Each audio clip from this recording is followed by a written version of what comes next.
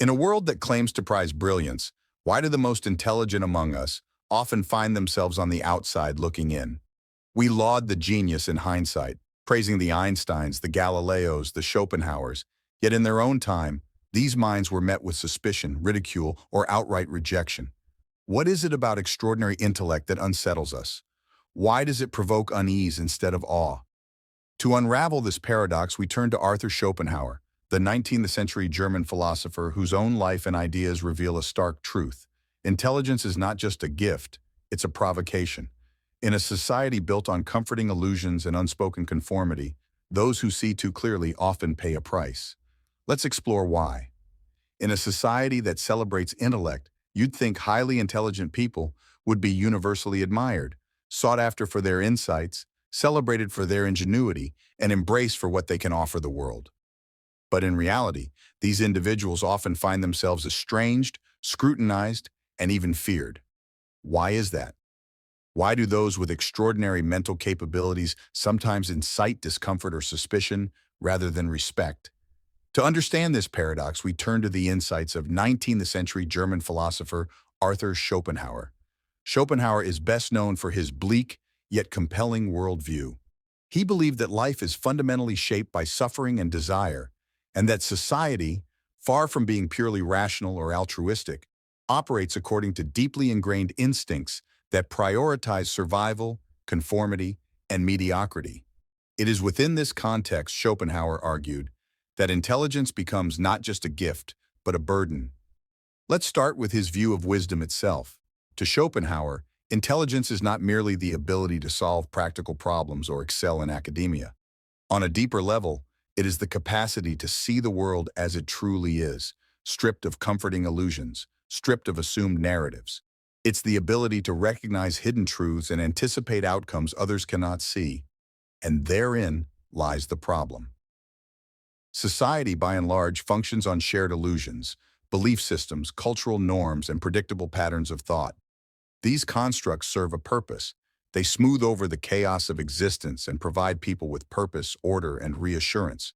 But intelligent individuals often see through these constructs, questioning them, critiquing them, dismantling them before others even realize they exist. This capacity for insight sets the highly intelligent apart, but it also isolates them. When you pull back the curtain on life's comforting illusions, you risk alienating the very people who cling to them. Whether it's questioning traditions, challenging authority, or rejecting shallow social rituals, intelligent people often disrupt the status quo, not necessarily because they aim to, but simply because their minds compel them to venture where others fear to tread. Take the example of Galileo Galilei, whose groundbreaking discoveries about the cosmos defied the religious dogmas of his time. Galileo wasn't trying to undermine society, but his insight led him into direct conflict with institutions that held power. As Schopenhauer might suggest, societies often fear those who see too far or too deeply, because such individuals threaten the stability of shared beliefs. This fear manifests in subtle and insidious ways. Intelligent individuals are frequently subjected to labels that diminish or distort their character. They are called arrogant, eccentric, or aloof. Their ideas may be dismissed as too complex or impractical, and their warnings disregarded until it's too late. Intelligence, though precious, often comes with social penalties. But Schopenhauer took this idea even further. He suggested that intelligence is not just misunderstood, it is actively resented. The very existence of highly intelligent individuals reminds the average person of their own intellectual limitations. In a society that values equality, or at least the illusion of it, this asymmetry can generate discomfort, envy, and hostility. Think about it. Intelligence exposes the gaps in our understanding, the blind spots in our reasoning, the flaws in our logic. For some, this inspires a desire to learn and grow. For others, it triggers defensiveness, even contempt. For Schopenhauer, this reaction isn't necessarily rooted in malice. It's a primal instinct, a protective mechanism. People fear being outpaced or overshadowed, and society, as a collective organism, fears individuals who challenge its stability or coherence. While mediocrity blends in, exceptional intelligence stands out. And standing out is rarely safe. Schopenhauer's views also intersect with psychology here. Intelligent people often struggle to conform, not because they can't, but because conformity feels unnatural to them. They think differently, process stimuli differently, and perceive relationships differently. Social norms designed for the average can feel restrictive or arbitrary to the intelligent mind. Over time, this dissonance can result in isolation, loneliness, and an almost perpetual sense of being misunderstood. Furthermore, intelligent people tend to be more introspective, which Schopenhauer saw as both a blessing and a curse. The introspective mind is capable of remarkable creativity and insight, but it's also vulnerable to existential dread and despair. Schopenhauer believed that intelligence heightened one's awareness of life's suffering, a stark contrast to the mind that can lose itself in surface-level distractions or fleeting pleasures. Society may sense this depth of awareness and instinctively recoil from it, as though intelligence carries not just insight, but an aura of discomfort. This brings us to an unsettling question. Does society genuinely value intelligence? Or does it merely tolerate intelligence when, and only when, it serves a specific purpose? History offers us some clues. Scientists, philosophers, and innovators are often praised in hindsight, after their ideas have reshaped the world and their personal struggles have faded into historical footnotes. But in the moment, these figures almost always faced resistance. They were often misunderstood, rejected, or punished for their unconventional perspectives. It's as if society knows it needs intelligence to evolve, but resists it in the act of evolution itself. Schopenhauer also made an important distinction between intelligence and wisdom. Intelligence, he argued, is the ability to comprehend abstract ideas, solve problems, and generate knowledge. Wisdom, on the other hand, is the ability to apply that knowledge in a life well lived, a skill rooted in empathy, humility, and perspective. Society may resent intelligence, but it often reveres wisdom. In some ways, the intelligent must grow into the wise to bridge the gap that separates them from others. By tempering their insights with compassion and patience, they may find ways to share their gifts without alienating those around them. So, what can we take from all this? First, perhaps we should reconsider how we define societal value. Is our admiration for intelligence genuine, or is it conditional? Are we willing to embrace those who challenge us, even when their ideas make us uncomfortable? And as individuals, are we guilty of resenting the intelligence of others or fearing it? Schopenhauer doesn't offer simple answers. His philosophy is by nature uncomfortable, but maybe that's the point. Intelligent individuals push society to confront questions it would rather avoid. They challenge us to examine the illusions we live by, the assumptions that shape us, and the systems we perpetuate. In doing so, they offer us something deeper than comfort. They offer us growth. So the next time you find yourself defensive or dismissive of a challenging idea, pause for a moment. Consider whether the discomfort stems from fear, from the very instinct Schopenhauer warned us about. Great minds are rarely easy to understand, but maybe that's why they matter. They're not here to reassure us, but to awaken us, to push us toward something greater.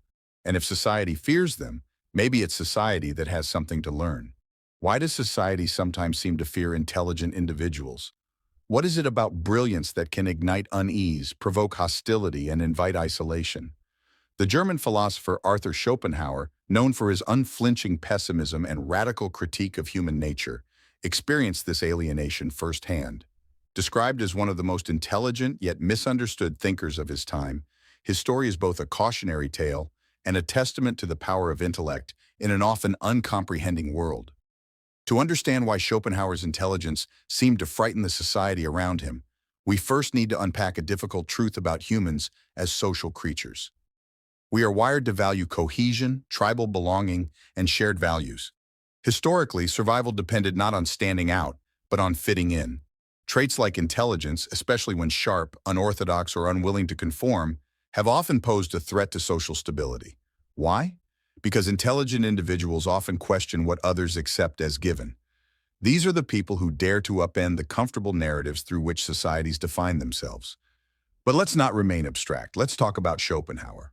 Born in 1788 in Danzig, Prussia, Arthur Schopenhauer was an exceptional child raised by contrasting parents.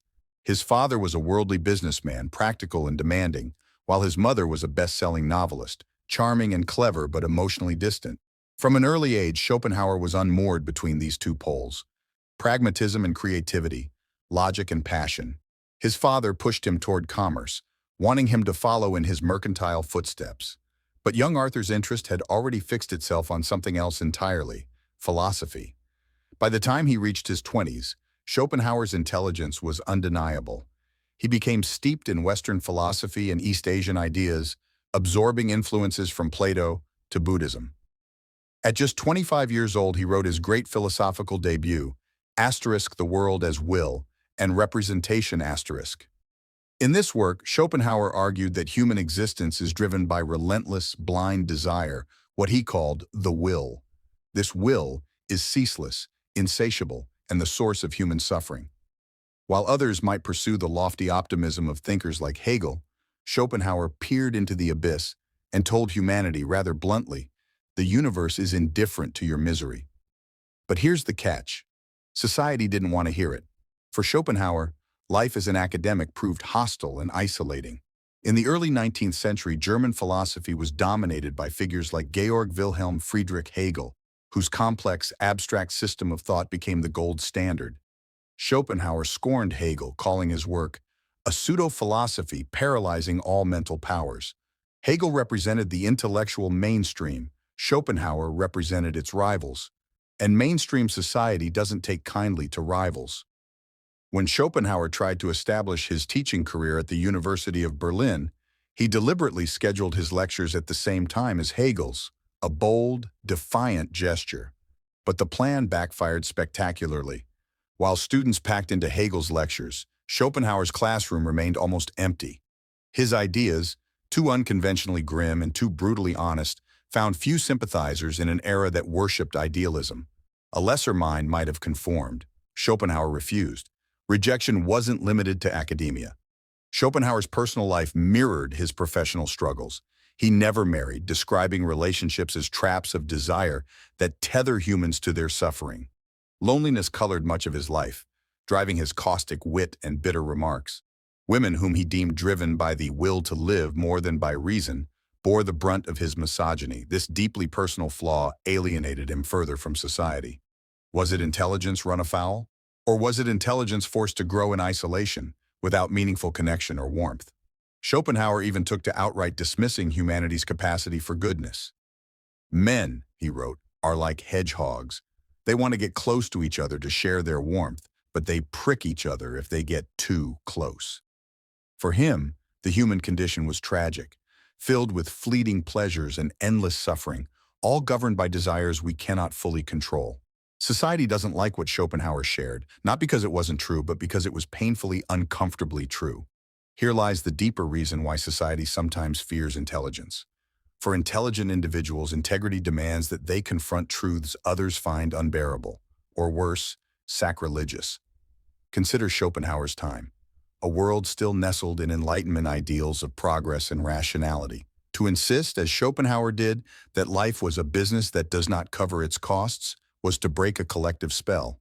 Intelligence, when wielded uncompromisingly, disrupts the illusions that society relies upon, and illusions are comforting. Schopenhauer was not. In his later years, Schopenhauer did finally gain recognition, not in the way he had hoped, but in an ironic twist that seems almost poetic. By the mid-19th century, young intellectuals and artists, disillusioned by industrialization and romanticism, turned to his work. Thinkers like Nietzsche, Freud, and Wagner found in Schopenhauer a resonance they couldn't find elsewhere, the truth of suffering and the possibility of transcendence. His critique of life's futility took on a haunting beauty in the hands of these admirers. Schopenhauer, lonely and bitter in his Berlin apartment, became a philosopher for the ages. But this recognition came too late to heal the wounds of his loneliness. He died in 1860 at the age of 72, not as the celebrated genius we know today, but as a recluse. It's not hard to wonder, if society had accepted his insights earlier, could his life have been different? Perhaps this is the crux of the matter. Intelligent people like Schopenhauer scare society because intelligence seeks something the collective often resists: growth. Growth demands we abandon easy answers. Growth requires us to face suffering, uncertainty, and paradoxes, and people by and large prefer comfort. So where does that leave us? If you feel like your intelligence isolates you or that your honesty pushes others away, Schopenhauer's life offers an uncomfortable but ultimately liberating truth. Yes, intelligent people might provoke fear, envy, or rejection, but the very qualities that isolate them are also the ones that can create something enduring, something valuable for all society, eventually. Schopenhauer carved out a space for truth, even when doing so meant standing alone. Today, his work reminds us of the power of intellect to endure misunderstanding and hostility. And more importantly, his life teaches us that while intelligence may scare society, it also transforms it. So if you're ever tempted to hide the brilliance of your ideas or silence the voice that challenges the norms, remember this. Growth is not always welcomed in the moment, but neither is it forgotten over time. Like Schopenhauer, you may not find the recognition you crave right away, but if you persist, your intelligence might just become the light others didn't know they needed. As he once wrote, talent hits a target no one else can hit. Genius hits a target no one else can see. And every now and then, that unseen target changes the world. Schopenhauer's life and philosophy leave us with a bittersweet truth. Intelligence, for all its power, is a double-edged sword. It can illuminate the world, but it can also cast shadows that others fear to face. Society may recoil from the brilliant mind, not out of malice, but out of instinct, clinging to the safety of the familiar. Yet it's precisely this tension that drives progress. The intelligent, the uncompromising, the misunderstood, they don't just challenge us, they reshape us. So perhaps the question isn't why society fears them, but whether we're brave enough to listen when they speak. As Schopenhauer himself might argue, the mind that dares to see beyond the veil doesn't just unsettle the present, it plants the seeds for a wiser tomorrow. And that, in the end, is a legacy worth enduring for.